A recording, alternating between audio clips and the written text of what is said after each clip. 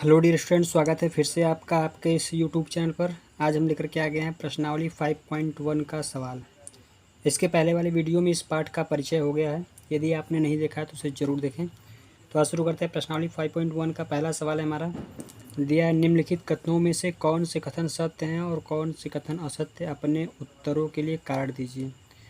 तो हमको बताना है पहले कौन सा सत्य है और कौन सा सत्य है, फिर उसके बाद हमको ये उसका कारण भी बताना है। तो पहला हमारा यहाँ पे सवाल है, पहले का पहला है, एक बिंदु से होकर केवल एक ही रेखा खींची जा सकती है, ये सत्य या फिर असत्य, इसको बताना है। इसको हम देख लेते हैं कॉपी पर कैसे। तो आप देख सकते हैं पहला हमारा यहाँ पे सवाल है, लिख दिए हम, एक बिंदु से होकर केवल एक ही रेखा खींची जा सकती है। तो ये क्या है? असत्य है। बोला एक बिंदु से होकर केवल एक ही रेखा खींची जा सकती है, ये क्या है? असत्य। कैसे देख लेते हैं इसको। जैसे अगर हम यहाँ पे एक बिंदु इस प्रकार से बना दें तो क्या इस बिंदु से सिर्फ एक ही रेखा खींची जा सकती है? ये क्या है? हमारा गलत स्टेटमेंट। जो भी स्टेटमेंट दिया गया ये क्या है? गलत। इस एक बिंदु से हम अनिश्चित रूप से अनेक असंख्य रेखाएं खींच सकते हैं। तो ये जो हमारा पहला होगा हम लिख देंगे यहाँ पे, ये क्या है? असत्य है। क्योंकि ये क्या है? एक सर्वव्यापी सत्य है, एक बिंदु से हम अनिश्चित रूप से अनेक रेखाएँ खींच सकते हैं या खींची जा सकती है। तो हम इस प्रकार से यहाँ पे लिख देंगे। तो हम इस प्रकार से लिख देंगे, असत्य है, यह सर्वव्यापी सत्य है कि एक बिंदु से होकर अनिश्चित रूप से अनेक रेखाएं खींची जा सकती हैं। आते हैं दूसरे पर। तो ये हमारा दूसरा है, दो भिन्न बिंदुओं से होकर जाने वाली असंख्य रेखाएं हैं। ये भी क्या है? हमारा असत्य है। जैसे हम यहाँ पे अगर देख लें, अगर दो बिंदु हम यहाँ बना दें, मान लेते हैं एक बिंदु हमारा यहाँ पे है और एक बिंदु यहाँ पे है। अब बोल रहा है दो बिंदु से होकर जाने वाली असंख्य रेखाएं हैं।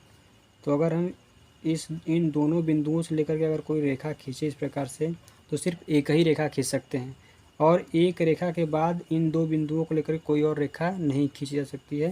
तो जो यहाँ पे दूसरे वाले में दिया है, दो भिन्न बिंदुओं से होकर जाने वाली असंख्य रेखाएं, तो ये क्या है? ये भी क्या है? हमारा असत्य है। हम लिख देंगे यहाँ पे, दो भिन्न बिंदुओं से होकर केवल एक अद्वितीय रेखा खींची जा सकती है। तो इस प्रकार से हमको लिख देंगे। तो हम इस प्रकार से लिख देंगे, असत्य है। जो भी ये हमारा स्टेटमेंट दिया गया ये क्या है? असत्य है, गलत है। दो भिन्न बिंदुओं से होकर केवल एक अद्वितीय रेखा खींची जा सकती है। यहाँ पे लिख सकते हैं क्योंकि भिन्न बिंदुओं से होकर केवल एक अद्वितीय रेखा खींची जा सकती है। नेक्स्ट हमारा जो है, एक शांत रेखा दोनों ओर अनिश्चित रूप से बढ़ाई जा सकती है। तो ये क्या है? हमारा ये सही है। एक शांत जो रेखा है वो क्या है? दोनों तरफ से बढ़ाई जा सकती है। हम यहाँ पर लिख सकते हैं इसको। तो इस प्रकार से इसको लिख सकते हैं, सत्य है, एक शांत रेखा दोनों तरफ अनिश्चित रूप से बढ़ाई जा सकती है। नेक्स्ट हमारा है फोर्थ वन, जो है पहले का हमारा चौथा वाला जो क्वेश्चन है वो है, यदि दो वृत्त बराबर हैं तो उनकी त्रिज्याएं बराबर होती हैं। तो इसको हम देख लेते हैं थोड़ा सा करके कैसे। ये स्टूडेंट मान लेते हैं यहाँ पे, तो पहले दो वृत्त बना लेते हैं। एक हमारा वृत्त ये है और एक किस प्रकार से मान लेते हैं, ये हमारा क्या है? दो वृत्त यहाँ पे हैं। अब इसमें बोल रहा है कि यदि दो वृत्त बराबर है तो उनकी त्रिज्याएं भी क्या होंगी? बराबर होंगी। तो अगर ये जब दोनों वृत्त बराबर हैं तो इसका मतलब ये क्या है? संपाती होंगे। बराबर है तब ये क्या होंगे? संपाती होंगे। और संपाती हैं तो इनकी जो आपस में माप है वो भी क्या होगी? बराबर। जैसे अगर ये वृत्त इस वृत्त के बराबर है तो इन दोनों वृत्त के जो माप होंगे वो क्या होंगे? आपस में बराबर होंगे। और जब इनके माप बराबर होंगे तो ये क्या होंगे? एक दूसरे के संपाती होंगे। और जब ये संपाती हैं तो इनकी त्रिज्याएं भी क्या होंगी? आपस में बराबर होंगी। इस प्रकार से हम इसको लिख सकते हैं। तो हम इस प्रकार से लिख देंगे, सत्य है क्योंकि दो वृत्त बराबर हैं तो उनके माप भी बराबर होंगे और वो क्या होंगे? संपाती होंगे, अतः उनकी त्रिज्याएं भी क्या होंगी? आपस में बराबर होंगी। नेक्स्ट आते हैं।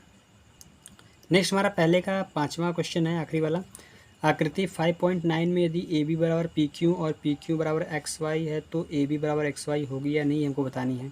तो यहाँ पे तीन आकृति दिया है, ए बी बराबर है किसके? पी क्यू के। और ए बी बराबर है किसके? ए बी बराबर है पी क्यू के। और ये पी क्यू किसके बराबर है? एक्स वाई के। तो हमको बताना है कि ये वाला जो आखिरी, ये पहला वाला जो लाइन है ये आखिरी वाले के बराबर है कि नहीं। तो ये स्टेटमेंट क्या होगा? हमारा सत्य होगा। तो इसको देखिए थोड़ा सा मान लेते हैं। यहाँ पे मोहन, एक हमारा एक ये मोहन है, मोहन का जो नंबर है वो बराबर है किसके? सोहन के। और सोहन का जो नंबर है वो बराबर किसके है? रोहन के। इस प्रकार से हम लिख लेते हैं। अगर मोहन का मान लेते हैं 20 नंबर है इसका, तो जब ये इसका 20 नंबर है तो इसका भी क्या होगा? हमारा 20 नंबर होगा। और इसका जब 20 नंबर ये बराबर है इसके, तो इसका भी हमारा 20 नंबर है। आप यहाँ पे देख सकते हैं सबका ही क्या दिख रहा है, हमको 20-20 नंबर दिख रहा है। इस प्रकार से ये क्या है, जब ये 20 है तो ये भी क्या होगा, इसके बराबर होगा। मोहन बराबर है सोहन के और सोहन बराबर है रोहन के, तो मोहन और रोहन भी क्या होंगे, आपस में बराबर होंगे। तो हम यहाँ पे लिख सकते हैं जब ए बी बराबर है पी क्यू के और पी क्यू एक्स वाई के बराबर है, तो ए बी बराबर होगा एक्स वाई के। तो हम यहाँ पे लिख देंगे जब कोई एक वस्तु किसी दूसरी वस्तु के बराबर होती है तो वो वस्तु क्या होते हैं, आपस में बराबर होते हैं। तो हम इस प्रकार से लिखते हैं, सत्य है जब कोई एक वस्तु दूसरी वस्तु के बराबर होती है तो वे आपस में बराबर होती हैं। जैसे ये कोई वस्तु है, ये इसके बराबर है और ये इसके बराबर, तो ये दोनों क्या होंगे, आपस में बराबर होंगे। नेक्स्ट हमारा दूसरा क्वेश्चन है, निम्नलिखित पदों में से प्रत्येक की परिभाषा दीजिए। क्या इनके लिए कुछ ऐसे पद हैं जिन्हें परिभाषित करने की आवश्यकता है, वे क्या हैं और आप इन्हें कैसे परिभाषित कर पाएंगे। तो इनके अलावा भी और बहुत से, जैसे बिंदु, रेखाएं, बिंदु क्या है, रेखाएं क्या हैं और शांत रेखाएं क्या हैं, ये सभी भी हैं। जैसे इस पर पूछा है इनके लिए कुछ ऐसे पद हैं जिन्हें परिभाषित करने की आवश्यकता है, तो क्या क्या है, बिंदु है, रेखाएं हैं और शांत रेखाएं हैं, बहुत सी ऐसी हैं जिनको परिभाषित करने की आवश्यकता है। और बोला हमको वे क्या हैं और आप इन्हें कैसे परिभाषित करें, तो वो क्या है बता दिए, बिंदु, रेखाएं, शांत रेखाएं। यदि बिंदु और रेखाएं पता करनी है आपको, तो इस पार्ट का जो परिचय है उस वीडियो का जरूर देखो, उसमें बताया गया है। नीचे यहाँ पे दिया गया है समांतर रेखाएं क्या होती है, लंब रेखाएं, रेखाखंड, वृत्त की त्रिज्या, वर्ग, ये सभी क्या होते हैं, इन सभी की परिभाषा देनी है हमको। तो इसको हम देख लेते हैं कॉपी पर कैसे ये। तो पहला हमारा क्या है, समांतर रेखाएँ। समांतर रेखाएँ, इनकी परिभाषा क्या होती है, इसको हम देख लेते हैं। तो वे रेखाएं जो एक ही समतल में होती हैं, एक दूसरे से समान दूरी पर होती हैं और उनको अनिश्चित रूप से बढ़ाने पर भी आपस में कभी नहीं मिलती हैं, समांतर रेखाएं कहलाती हैं। जैसे फॉर एग्जांपल आप अगर आप देख लें यहाँ पे, तो जैसे एक ये हमारी रेखा हो गई और इसी प्रकार से ये रेखा हो गई। इनके बीच की जो दूरी है हमेशा क्या होगी, बराबर होगी। आप कहीं भी इनके बीच की दूरी की माप ले लेंगे, वो क्या होगी, हमेशा बराबर होगी। बीच में या फिर अंत में या शुरू में कहीं भी इनकी जो बीच की दूरी क्या होगी, वो हमेशा बराबर होगी। और इनको अनिश्चित रूप से हम कितना भी बढ़ा दें, वे आपस में कभी नहीं मिलेंगी। ये क्या होती है, हमारी समांतर रेखाएं होती हैं। नेक्स्ट हमारा है लंब रेखाएं। ये क्या होती हैं, इसको भी देख लेते हैं। तो वे दो रेखाएं होती हैं, एक दूसरे को 90 डिग्री पर काटती हैं या फिर समकोण बनाती हैं। वे क्या होती हैं, हमारी लंब रेखाएँ होती हैं। वे दो रेखाएँ जो एक दूसरे को 90 डिग्री पर काटती हैं या फिर समकोण बनाती हैं, वही क्या होती है, हमारी लंब रेखाएँ होती है। जैसे अगर हम यहाँ पे बना दें, अगर मान लेते हैं एक ये हमारी रेखा हो गई और अगर हम यहाँ से एक ऐसे बना लें, तो ये क्या बनाएगा, हमारा 90 अंश का कोण बनाएगा। ये क्या होती है, हमारी लंब रेखाएँ होती है, जो दूसरी रेखा पर पड़ने के बाद वो क्या बना, 90 डिग्री का कोण या फिर समकोण बना रही है। वही क्या होती है, हमारी लंब रेखाएँ होती हैं। नेक्स्ट हमारा है रेखाखंड। रेखाखंड क्या होता है, इसको भी देख लेते हैं। रेखाखंड क्या होती है, तो एक सीधी रेखा का वह भाग होता है जो दो अलग अलग अंत बिंदुओं से घिरा होता है। यह एक रेखा का निश्चित लंबाई वाला टुकड़ा होता है जिसे और आगे नहीं बढ़ाया जा सकता। वही क्या होता है, हमारा रेखाखंड होता है। जैसे रेखाखंड अभी बोला है कि दो अलग अलग अंत बिंदुओं से घिरा होता है, यानी कि दोनों तरफ क्या होते हैं, इसके अंत बिंदु होते हैं। जैसे यहाँ पे और यहाँ भी क्या है, दो अंत बिंदु होते हैं। मान लेते हैं ए और बी। ये क्या होता है, एक निश्चित लंबाई वाला रेखा होता है। मान लेते 3 सेंटीमीटर, 5 सेंटीमीटर, कुछ भी, वो क्या होता है, एक निश्चित लंबाई वाला रेखा होता है जिसे और आगे बढ़ाया नहीं जा सकता है। वही क्या होता है, रेखाखंड होता है। नेक्स्ट जो हमारा है वृत्त की त्रिज्या। ये क्या होती है, किसी वृत्त के केंद्र को परिधि से मिलाने वाली रेखा की लंबाई को वृत्त की त्रिज्या कहते हैं। ये बहुत ही आसान है। अगर हम यहाँ पे एक वृत्त इस प्रकार से बना लें और ये बोला यहाँ पे ये केंद्र है, केंद्र से परिधि, ये क्या होती है, हमारी परिधि है। केंद्र से परिधि को मिलाने वाली जो ये लंबाई है, फिर ये जो दूरी है, इसी को हम क्या कहते हैं, त्रिज्या कहते हैं। इस प्रकार से आप उधर मिला लीजिए, फिर इधर या फिर इधर किसी प्रकार से मिला लेंगे, ये जो हमारी दूरी होगी ये क्या होगी, हमारी त्रिज्या होगी। तो वही है, किसी वृत्त के केंद्र को परिधि से मिलाने वाली रेखा की लंबाई को वृत्त की त्रिज्या कहते हैं। आखिरी हमारा है वर्ग किसे कहते हैं। तो एक चतुर्भुजाकार की आकृति होती है जिसकी चारों भुजाएं आपस में बराबर होती हैं तथा प्रत्येक कोण 90 अंश का होता है। यानी कि अगर हम इस प्रकार से एक बना ले रफली ऐसे, तो ये क्या होता है, इसकी चारों भुजाएं क्या होती हैं, आपस में बराबर होती हैं। और जो इसके कोण बनते हैं, ये क्या होते हैं, 90 अंश के कोण। सभी क्या होते हैं, इसके 90 डिग्री के कोण बनते हैं इस प्रकार से। वो क्या होते हैं, हमारे वर्ग होते हैं। तो आते हैं नेक्स्ट क्वेश्चन पर। तो क्वेश्चन नंबर 3 दिया हमको, नीचे दी हुई दो अभिधारणाओं पर विचार कीजिए। दो भिन्न बिंदु ए और बी दिए रहने पर एक तीसरा बिंदु सी ऐसे विद्यमान है जो ए और बी के बीच स्थित होता है। फिर दूसरा बोल रहा है यहाँ कम से कम ऐसे 3 बिंदु विद्यमान हैं कि वे एक रेखा पर स्थित नहीं हैं। ये हमको क्या करना, सिर्फ विचार करके हमको बनाना। जैसे कि हम इसको कर लेते हैं कॉपी पर। क्वेश्चन नंबर 3 के पहले वाले सवाल में बोला है हमसे कि दो भिन्न बिंदु ए और बी दिए रहने पर एक तीसरी बिंदु सी ऐसा विद्यमान है जो ए और बी के बीच स्थित है। तो हमको सिर्फ विचार करना है, ऐसे ही सिर्फ हमको बनाना है। यहाँ पे इसको देख लेते हैं। जैसे मान लेते हैं हम यहाँ पे एक बिंदु हमारा यहाँ पे ए है और एक बिंदु हमारा यहाँ पे मान लेते हैं बी है, और इसको हम इसे क्या करते हैं, इस प्रकार से मिला देते हैं, इस प्रकार से। और यहाँ पे कहीं बीच में हमारा क्या है, बिंदु एक सी है। इस प्रकार से ये क्या हमारा एक बिंदु सी है। तो यही हमको क्या करना था, बनाना था। इस पर बिंदु ए और बिंदु बी, इसके बीच में कहीं पर क्या स्थित है, हमारा बिंदु सी स्थित है। ये पहले वाले हमको बोल रहा है। दूसरे वाले क्वेश्चन में क्या बोल रहा है, दूसरे में बोल रहा है हमको कि यहाँ कम से कम ऐसे 3 बिंदु विद्यमान हैं कि वे एक रेखा पर स्थित नहीं हैं। तो इसको भी हम देख लेते हैं। जैसे हम यहाँ हमारे दूसरे वाले हमको बोल रहा है कि ये हमारा एक बिंदु ये हो गया और एक बिंदु ये हो गया और तीसरा बिंदु कहीं इधर स्थित है। तो अगर हम इसको मिलाएंगे इससे, तो मान लेते हैं ये ए है और ये क्या है, बी है, और ये क्या हमारा सी है। तो यही बोला है कि 2 बिंदु ऐसे विद्यमान हैं, 3 बिंदु ऐसे विद्यमान, तो यही बोला है ये कि 3 बिंदु विद्यमान हैं कि वे एक रेखा पर स्थित नहीं हैं। तो यहाँ पे हो गया 2 बिंदु तो हैं एक रेखा पे, लेकिन तीसरा उस पर नहीं है। तो इस प्रकार से हमारा ये हो गया। लेकिन उसके आगे और क्वेश्चन में बोल रहा है हमको कि क्या इन अभिधारणाओं में कोई अपरिभाषित शब्द है। तो हम लिख सकते हैं कि इनमें है अपरिभाषित शब्द है, क्या क्या है, रेखाएं हैं, बिंदु हैं, और भी शांत रेखाएं, ये सभी क्या हैं, अपरिभाषित शब्द हैं इनमें। उसके बाद फिर बोल रहा है आगे, क्या ये अभिधारणाएं अविरोधी हैं। तो बोलेंगे हाँ, ये क्या है, ये अभिधारणाएं जो है हमारी अविरोधी हैं, क्योंकि ये क्या है, संगत है। तो इस प्रकार से हम इसको लिख देंगे। फिर आगे बोल रहा है हमारा, क्या ये यूक्लिड की अभिधारणाओं से प्राप्त होती हैं। तो ये यूक्लिड की अभिधारणाओं से नहीं, ये क्या है, उसके अभिग्रहित से प्राप्त होती हैं। तो हम पूरा यहाँ पे इस प्रकार से इसको लिख देंगे।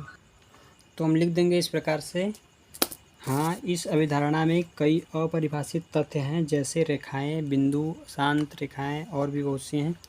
फिर क्या है, यह अभिधारणाएं संगत हैं क्योंकि दोनों अलग अलग स्थितियों से संबंध रखती हैं। फिर ये यूक्लिड की अभिधारणाओं से प्राप्त नहीं होती हैं, लेकिन ये यूक्लिड की अभिग्रहित का अनुसरण करती हैं। दिए हुए 2 भिन्न बिंदुओं से होकर एक ही रेखा खींची जा सकती है। जितने भी इसमें प्रश्न नीचे पूछे थे उन सभी प्रश्न का ये क्या है, हमारा उत्तर है। तो आते हैं नेक्स्ट क्वेश्चन नंबर 4 पर। क्वेश्चन नंबर 4 हमारा है, यदि 2 बिंदुओं ए और बी के बीच एक बिंदु सी ऐसा स्थित है कि ए सी बराबर बी सी है, तो सिद्ध कीजिए कि ए सी बराबर हाफ ए बी है। एक आकृति खींचकर इसे स्पष्ट कीजिए। तो इसको हम हल कर लेते हैं। तो क्वेश्चन नंबर 4 का हमारा ये चित्र है। तो क्वेश्चन नंबर 4 का हमारा ये चित्र है, ए और बी है, उसके बीच में क्या है, सी है। तो हमको दिया, इसको हम हल कर लेते हैं। हमको क्या क्या दिया है, पहले हमको दिया है ए सी बराबर है बी सी के।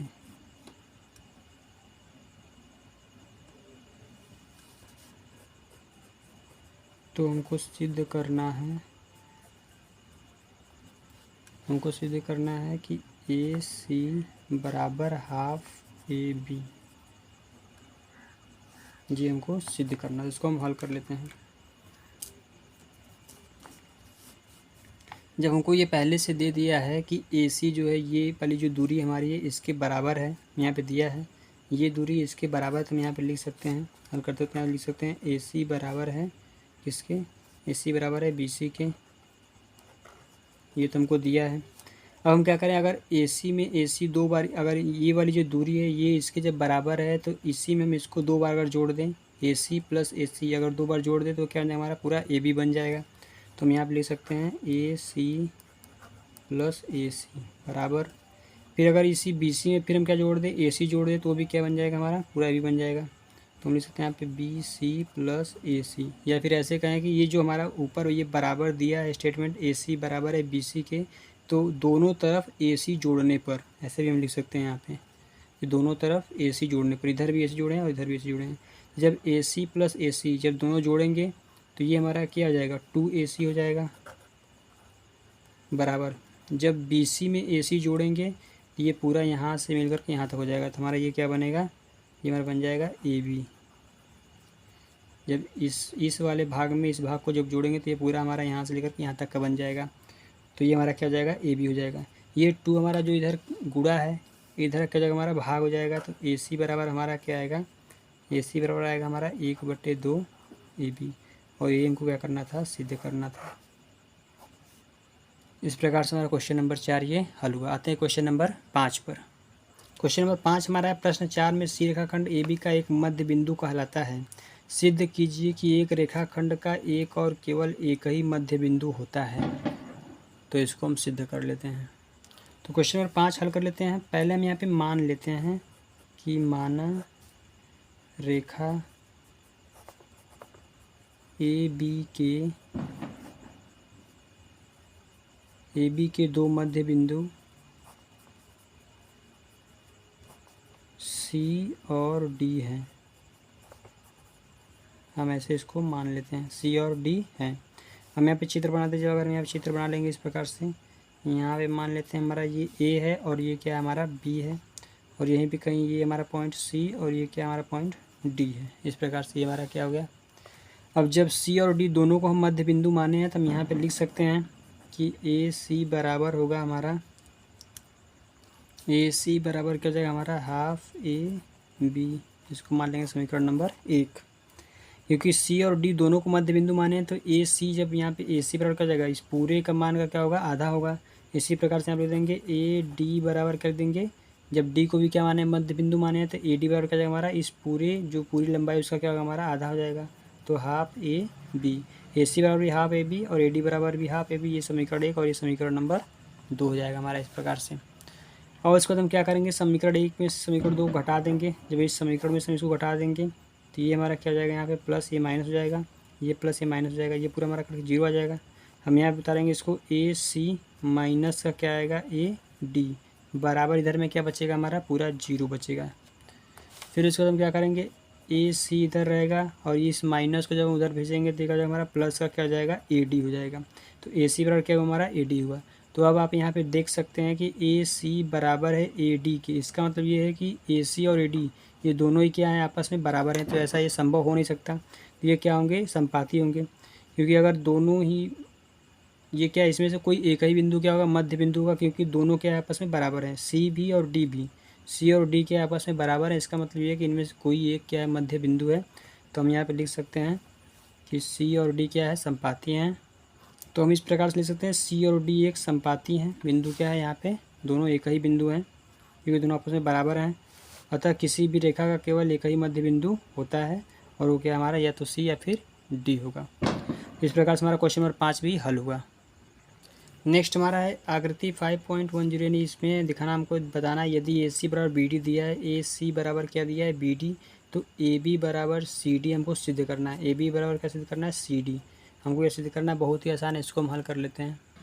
तो हमको दिया है AC बराबर है BD की, यानी यहाँ से लेकर के यहाँ तक की दूरी बराबर है हमारी, यहाँ से यहाँ तक की। हमको सिद्ध क्या करना है, AB बराबर है CD के, AB बराबर है CD के। तो इसको हम हल कर लेते हैं।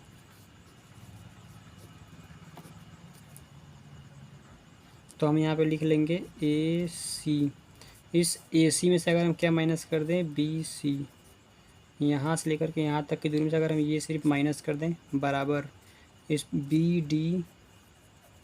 BD में से माइनस क्या कर दें हम, फिर से BC माइनस कर दें। दोनों तरफ BC अगर माइनस कर दें हम, तो AC में से अगर BC माइनस करेंगे तो क्या आएगा हमारा, AB आएगा। और BD में से हम BC माइनस करेंगे तो क्या आएगा हमारा, BD में से BC माइनस करेंगे क्या आएगा हमारा, CD आएगा। और ये हमको क्या करना था, सिद्ध करना था। इतना सिर्फ सवाल ये था। तो क्वेश्चन नंबर 6 हमारा ये हल हुआ। आते हैं नेक्स्ट क्वेश्चन पर। तो 5.1 का आखिरी सवाल हमारा, यूक्लिड की अभिग्रहियों की सूची में दिया हुआ अभिग्रहित 5 एक सर्वव्यापी सत्य क्यों माना जाता है। तो हमारा इस प्रकार से हो जाएगा, सत्य है किसी भी वस्तु का पूर्ण अपने भाग से बड़ा होता है, क्योंकि विश्व के किसी भाग में किसी भी वस्तु के लिए यह सत्य होता है, इसलिए यह सर्वव्यापी सत्य माना जाता है। इसको हम समझ लेते हैं थोड़ा सा अगले रफली पेज पर। जैसे यहाँ पे अगर हम मान लेते हैं कोई भी एक, इस प्रकार से हमारा ये क्या है, वृत्त है मान लेते हैं। इसका एक टुकड़ा अगर हम यहाँ से इससे निकाल लें, इस प्रकार से परिचय वाले भाग में इसको समझाए थे, तो ये वाला जो हमारा भाग होगा, ये जो हमारा भाग होगा इस पूर्ण वाले भाग से क्या होगा, छोटा होगा। ये जो हमारा पूर्ण भाग होगा ये क्या होगा, हमारा बड़ा होगा, और ये क्या होगा, हमारा छोटा होगा। ये वाला क्या होगा, हमारा भाग छोटा होगा, और ये क्या होगा, हमारा बड़ा होगा। ये किसी भी वस्तु के लिए, विश्व के किसी भाग में किसी भी वस्तु के लिए यह सत्य होता है, इसलिए यह सर्वव्यापी सत्य माना जाता है। तो ये था हमारा आज का 5.1 का पूरा सवाल हल हुआ। उम्मीद करते हैं वीडियो पसंद आया होगा। मिलते हैं नेक्स्ट वीडियो में, तब तक के लिए bye bye, take care, thank you so much for watching this video.